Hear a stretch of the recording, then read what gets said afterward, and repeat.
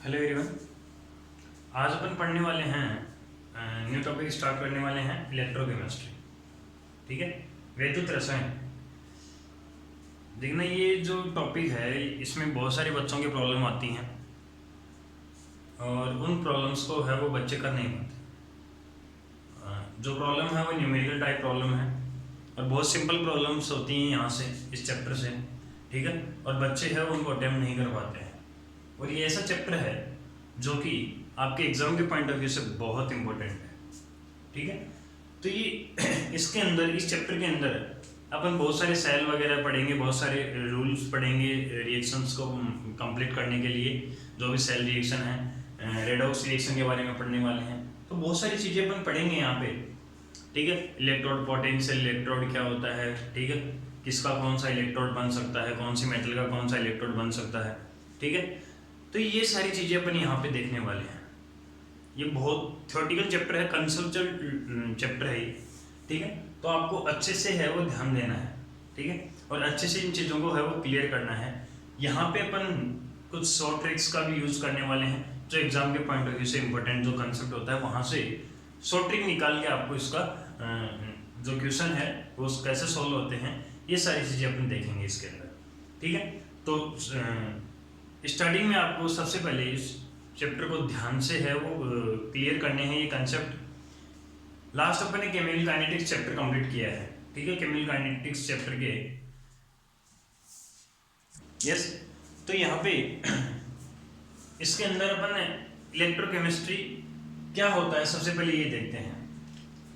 ठीक है, तो इसको मैं दो पार्ट में ब्रेक करता हूँ, इलेक्ट्रॉन प्लस केमिस्ट्री। इलेक्ट्रॉन या इलेक्ट्रो भी आप बोल सकते हो इसको। ठीक, मतलब यहाँ पे अपन कुछ इलेक्ट्रॉन्स की जो प्रॉपर्टीज होती हैं उनके बारे में भी अपन कुछ पढ़ने वाले हैं यहाँ पे, और उसको केमिस्ट्री से कैसे रिलेट करते हैं ये सारी चीजें अपन देखने वाले हैं। मतलब इलेक्ट्रॉन्स की बात आ गई तो यहाँ पे मैं बोलूँगा कि करंट की बात आएगी, चार्ज की बात आएगी, आवेश की बात आएगी।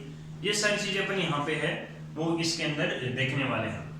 ठीक है, अब इसके अंदर इलेक्ट्रोकेमिस्ट्री के अंदर मेन होता क्या है कि जो केमिकल स्पीसीज होती हैं, जो केमिकल स्पीसीज होती हैं उनको अपन कोरिलेट करने वाले हैं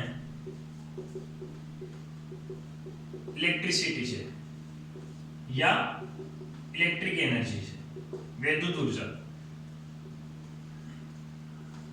यस, मतलब अपन इलेक्ट्रिक एनर्जी का यूज करके कुछ केमिकल स्पीसीज हैं या जो कुछ कंपाउंड हैं उनकी कुछ एक्टिविटी के बारे में देखेंगे कि उनकी जो नेचर प्रॉपर्टी है ये कैसे चेंज होती है।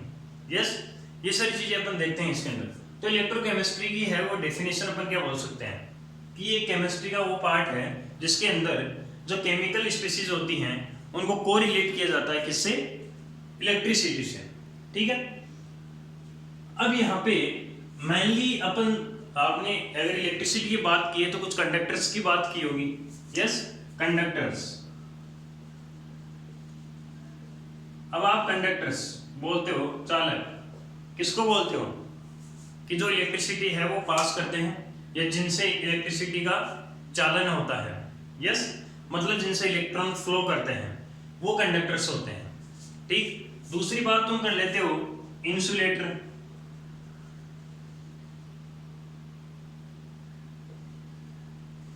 यस, इंसुलेटर की बात करते हो कुचालक, मतलब जिनसे कोई इलेक्ट्रॉन ही फ्लो नहीं होता है। समझ में आ रही है बात? ठीक है, बट ये दो वर्ड तो तुम पढ़ते आए हो, लेकिन मेन इसके अंदर है वो कुछ दो कंडक्टर की बात हुई है। एक तो होता है मेटेलिक कंडक्टर, यस, धात्विक चालक, और एक होता है इलेक्ट्रोलाइट जिसको बोलते हैं हिंदी में विद्युत अपघटन, विद्युत अपघटन। यस, यह विद्युत अपघट्य। ठीक है, इन दो चीजों के अंदर अपन डिफरेंस पढ़ने वाले हैं कि मेटेलिक कंडक्टर क्या होता है और इलेक्ट्रोलाइट है वो क्या होता है। ये दो मेन वर्ड आपको इनिशियल टाइम में आपको यहाँ पे समझने हैं। क्लियर है? तो जो मेटेलिक कंडक्टर होता है, आपने सुना है कि जो मेटल्स होती हैं उनके अंदर इलेक्ट्रॉन फ्लो होता है। क्लियर है? इलेक्ट्रॉन फ्लो होता है जिसकी वजह से करंट क्या करता है, फ्लो करता है, वहां पे इलेक्ट्रिसिटी पास होती है। जो इलेक्ट्रोलाइट हैं उनके अंदर करंट इलेक्ट्रॉन्स फ्लो होने की वजह से करंट फ्लो नहीं होता है वहां पे। इलेक्ट्रोलाइट के अंदर क्या होते हैं कि कुछ मोल्टन स्टेट के अंदर को जो कंपाउंड होता है उसके कुछ आयंस होते हैं, जो आयन अपने सॉल्यूशन के अंदर फ्लो करते हैं। जब आयन अपने विलयन के अंदर गति करते हैं, यस, तो उस फ्लो की जो नेचर है उसकी वजह से क्या होता है कि करंट फ्लो होता है। यस, अब आयन फ्लो कर रहे हैं सॉल्यूशन के अंदर, तो वहां पे बहुत सारे है वो इसके डिसएडवांटेज भी होते हैं। जैसे तुम बोलते हो कि वहां पे रेजिस्टेंस है वो इंक्रीज हो जाता है। यस, ये सारी चीजें हैं। तो अपन मेनली है वो सबसे पहले इन दो के अंदर अपन है वो डिफरेंस पढ़ने वाले हैं, और ये जो डिफरेंस है ये आपको समझना है, ये बहुत बहुत इंपॉर्टेंट है। यस, तो इन दोनों के अंदर अपन है वो डिफरेंस पढ़ते हैं। मेटेलिक कंडक्शन है वो किसकी वजह से होता है, electric current flow bye movement of electrons. Electric current flow bye movement of electrons. Yes, जो इलेक्ट्रिक करंट इनके अंदर जो फ्लो होता है, यस, वो किसकी वजह से होता है, जो इलेक्ट्रॉनों का जो चालन होता है, इलेक्ट्रॉनों का जो मूवमेंट होता है। मतलब मेनली मैं एक चीज बोलना चाहता हूँ कि मेटेलिक कंडक्टर के अंदर जो इलेक्ट्रिसिटी पास होती है वो इलेक्ट्रॉन के फ्लो होने की वजह से होती है। ठीक, इसके अंदर क्या होता है, electric current flow bye movement of ions. अब जिस कंपाउंड का आप इलेक्ट्रोलाइसिस करोगे, यस, उस कंपाउंड को आप जैसे ही सॉल्यूशन में मिक्स करोगे तो वहां पे क्या होगा कि वो आयन के अंदर डिसोसिएट होगा, और आयन के अंदर डिसोसिएट होकर वो क्या करेगा, मोशन करेंगे आयन, और मोशन करेंगे तो क्या हो जाएगा, इलेक्ट्रिसिटी पास होगी। यस, अब यहाँ पे इलेक्ट्रॉन्स की वजह से हो रहा है, यहाँ पे कोई कंपाउंड है वो ब्रेक हो रहा है तो उसके आयन की वजह से हो रहा है, तो यहाँ पे तो कोई केमिकल का यूज हुआ नहीं। यस, तो यहाँ पे क्या लिखोगे, मतलब ये जो भी प्रोसेस होगा उसके अंदर कोई भी केमिकल चेंज नहीं होगा, नो केमिकल चेंज, और यहाँ पे केमिकल चेंजेस पॉसिबल होगा। मतलब क्या केमिकल चेंज पॉसिबल हो सकता है, यस, वो अभी बताता हूँ आपको। इलेक्ट्रॉन की वजह से हो रहा है, इलेक्ट्रॉन की वजह से हो रहा है तो कोई केमिकल का यूज नहीं हो रहा है, यहाँ पे कोई केमिकल का यूज नहीं हो रहा तो कोई केमिकल चेंज भी नहीं होगा। बट यहाँ पे कुछ कंपाउंड का यूज होके आयन के अंदर ब्रेक होता है, तो जो आयन है वो फ्लो करते हैं, उसकी वजह से ये इलेक्ट्रोलाइटिक कंडक्शन होता है, जिसके अंदर केमिकल चेंज भी पॉसिबल हो सकता है। ठीक है, अब इसके अंदर है जो अगला पॉइंट है वो ये है,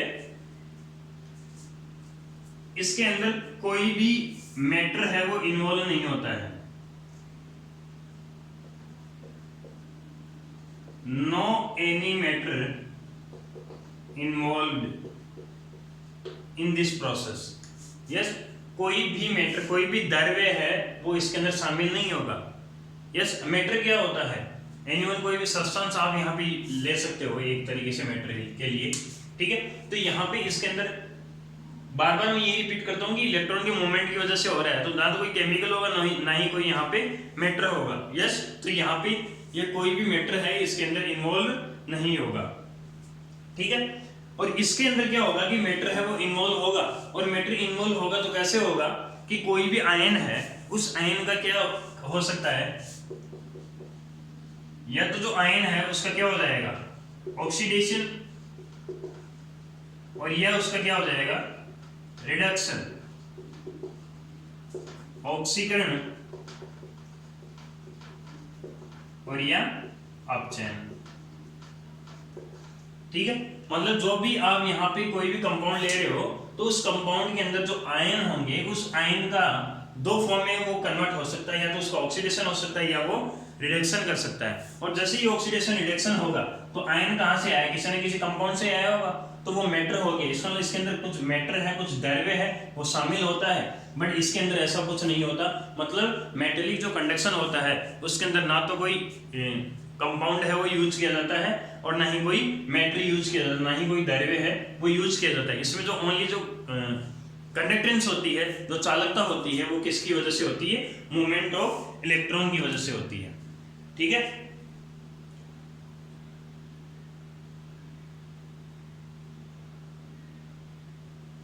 यस। अब जो नेक्स्ट वाला जो पॉइंट है वो इसके अंदर ये बोला है कि ये जो मेटेलिक कंडक्शन है ये क्या करते हैं कि ओम्स लॉ को ये फॉलो करते हैं दोनों। यस,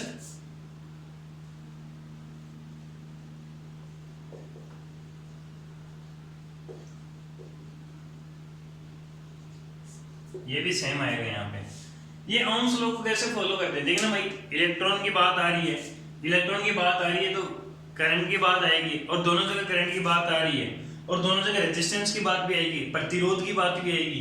यस, अभी देखते हैं नेक्स्ट वाले पॉइंट में कि रेजिस्टेंस पे क्या इफेक्ट पड़ेगा। लेकिन यहाँ पे ये सारी चीजें यूज हो रही हैं तो ये ओम्स लॉ को आराम से फॉलो कर सकता है, क्योंकि जो ओम्स लॉ आपने पढ़ा होगा कि V, I और R के अंदर रिलेशन को रिप्रेजेंट करता है, वोल्टेज, करंट और रेजिस्टेंस, प्रतिरोध। यस, इन तीनों के अंदर रिलेशन को रिप्रेजेंट करता है, और ये तीनों है वो यहाँ पे दोनों कंडक्टेंस के अंदर क्या होते हैं, प्रेजेंट होते हैं। यस, तो ये दोनों है वो इस लॉ को है वो फॉलो कर सकते हैं। अब इसके अंदर क्या होता है कि जैसे ही आप टेम्परेचर इंक्रीज करते हो तो रेजिस्टेंस है वो क्या होगा, इंक्रीज होगा, और इसमें टेम्परेचर इंक्रीज करने पे जो रेजिस्टेंस है वो क्या होगा, डिक्रीज होगा। एक चीज आपने फिजिक्स में पढ़ी होगी कि जो मेटेलिक कंडक्शन होता है उसके अंदर आप बोल रहे हो कि टेम्परेचर इंक्रीज होगा तो रेजिस्टेंस इंक्रीज होगा। यस, प्रतिरोध। ऐसा क्यों होता है, ध्यान से सुनना है, देखना, जैसे ही टेम्परेचर इंक्रीज होगा तो इलेक्ट्रॉनों का जो मोशन है वो ज्यादा हो जाएगा, क्योंकि इलेक्ट्रॉन्स के पास में एनर्जी आ जाएगी, और जैसे ही एनर्जी आएगी तो उनका मूवमेंट ज्यादा हो जाएगा, और मूवमेंट ज्यादा होगा तो एक इलेक्ट्रॉन से दूसरा इलेक्ट्रॉन है वो फास्टली मूव करेंगे। क्लियर है, मतलब एक जिगजैग तरीके से मोशन होगा, और जैसे ही वो फास्टली मोशन करेंगे तो उसकी वजह से क्या होता है कि उनकी जो ड्रिफ्ट वेलोसिटी होती है, यस, एक होती है ड्रिफ्ट वेलोसिटी जिसको बोलते हैं अपवहन वेग, ये फिजिक्स का पॉइंट है। यस, ड्रिफ्ट जो वेलोसिटी होती है तो वो क्या होती है कि टेम्परेचर इंक्रीज करने पे डिक्रीज हो जाती है, ये फिजिक्स का कंसेप्ट है, तो आप वहां पे उसको देख सकते हो अच्छे से। टेम्परेचर इंक्रीज करने पे रेजिस्टेंस है वो डिक्रीज होने का मतलब मेटेलिक कंडक्शन के अंदर क्या हो रहा है कि जो ड्रिफ्ट वेलोसिटी है,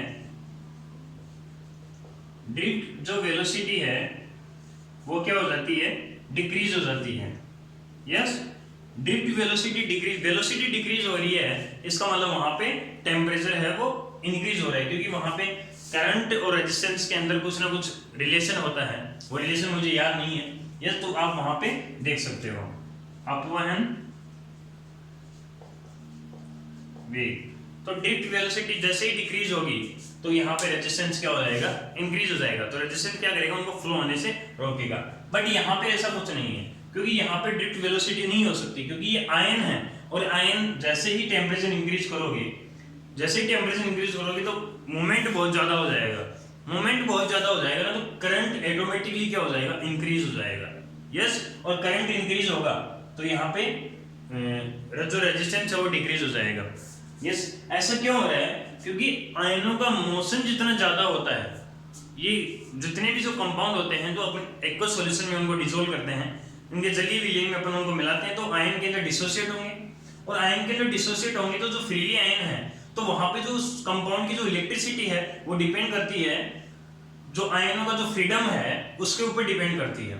यस, अब आप टेम्परेचर इंक्रीज कर रहे हो तो आयनों का मूवमेंट इजी वे में इंक्रीज होगा, और इजी वे में इंक्रीज होगा तो या तो वो जंप करेंगे या उस वाइब्रेशनल एनर्जी के अंदर उसका यूज करेंगे, टेम्परेचर का कंपन गति के अंदर। यस, तो ऐसा होने पे क्या होगा कि वो और ज्यादा उनका मोशन हो जाएगा, और ज्यादा उनका मोशन इंक्रीज हो जाएगा। यस, तो इसकी वजह से क्या हो जाएगा कि ऑटोमेटिकली जो इलेक्ट्रिसिटी जो करंट है वो इंक्रीज हो जाएगा, जिससे कि अपन बोल सकते हैं कि रेजिस्टेंस है वो क्या हो गया, डिक्रीज हो गया।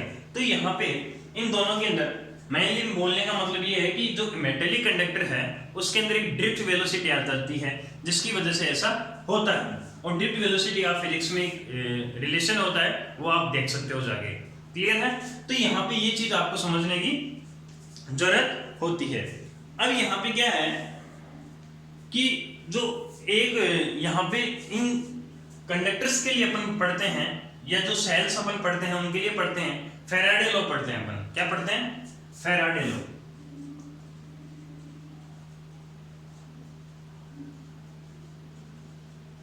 तो इसके अंदर क्या होगा कि फैराडे लॉ है वो फॉलो नहीं होगा, क्योंकि फैराडे लॉ किसके लिए पढ़ते हैं? कंपाउंड्स के लिए पढ़ते हैं।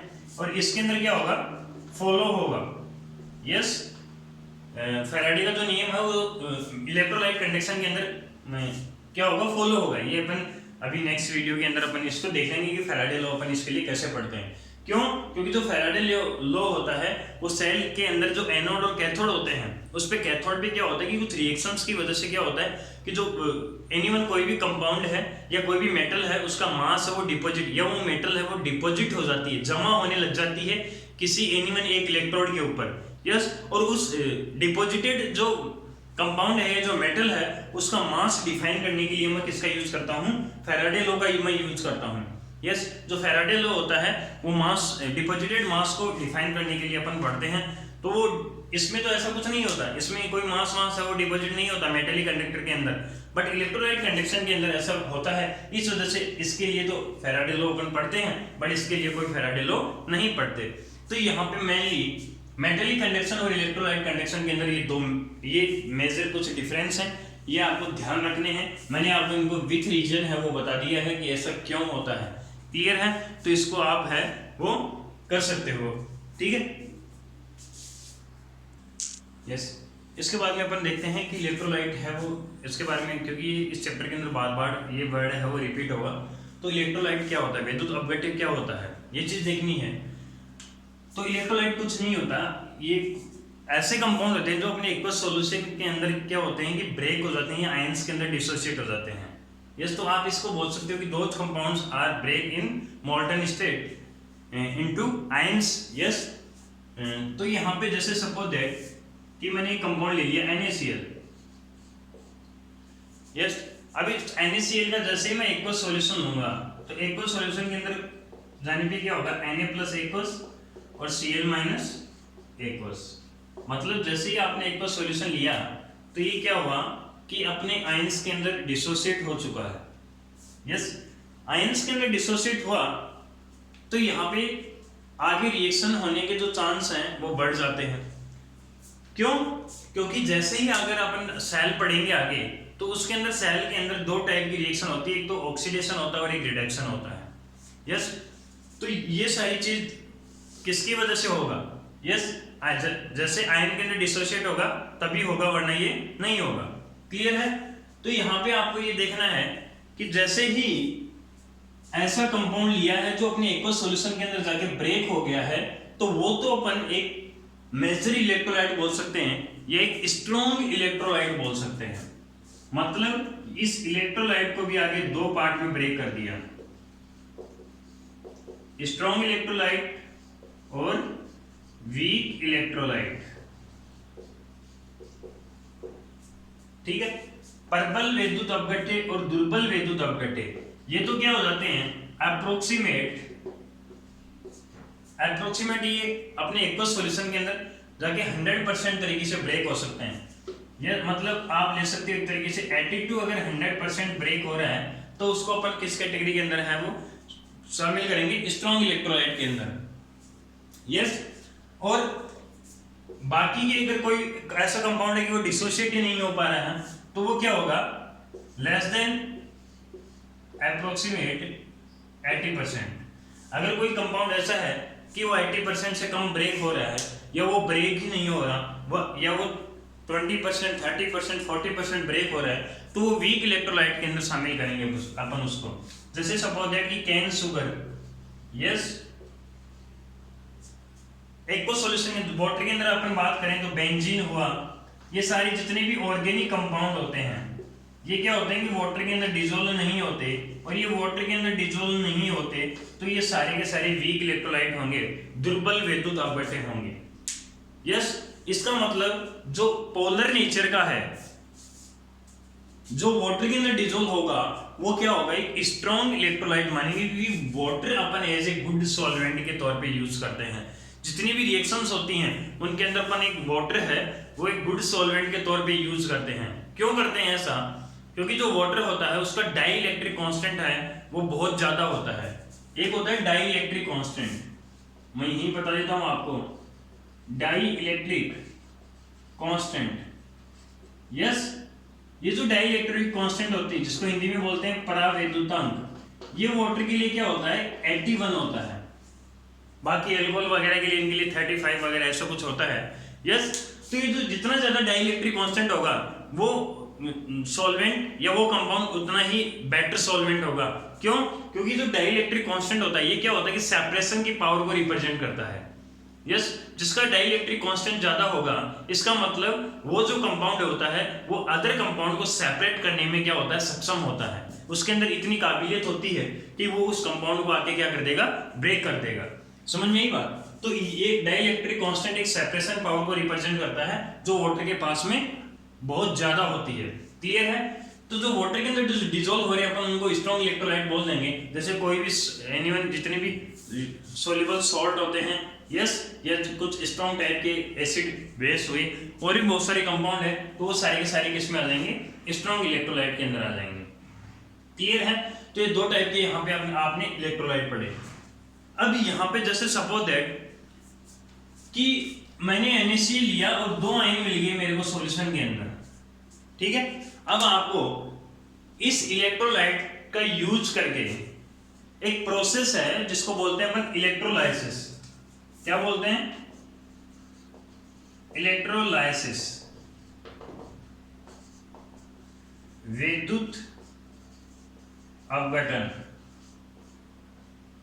यस, ये जो इलेक्ट्रोलाइसिस होता है वो क्या करता है कि इलेक्ट्रोलाइट्स को है वो ब्रेक करता है किसी सॉल्वेंट के प्रेजेंस में, और वहां पे आप फिर एनोड और कैथोड का यूज करके, मतलब एक सेल तैयार करोगे, आप एनोड का यूज करोगे, कैथोड का यूज करोगे, जिसको बोलते हैं आप इलेक्ट्रोड्स बोलते हो।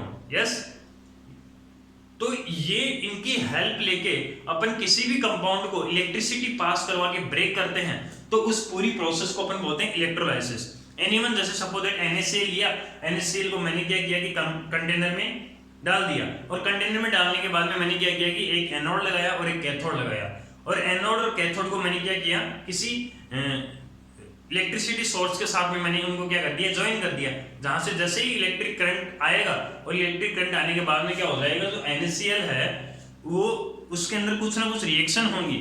यस, रिएक्शन कैसी होंगी, ऑक्सीडेशन और रिडक्शन। तो यहाँ पे ऑक्सीडेशन और रिडक्शन दो टाइप की रिएक्शन पढ़ते हैं जिसके द्वारा इस NaCl का क्या होता है, इलेक्ट्रोलाइसिस होता है। ठीक है, तो यहाँ पे 2 वर्ड हो रहे हैं, एनोड और कैथोड। अब प्रॉब्लम ये है कि यहाँ पे आप एनोड है वो किसका बना सकते हो, कैथोड है वो किसका बना सकते हो। तो प्रीफर किया जाता है कि कुछ मेटल्स हैं, यस, कुछ नॉन मेटल हैं, यस, उनका अपन यूज करते हैं।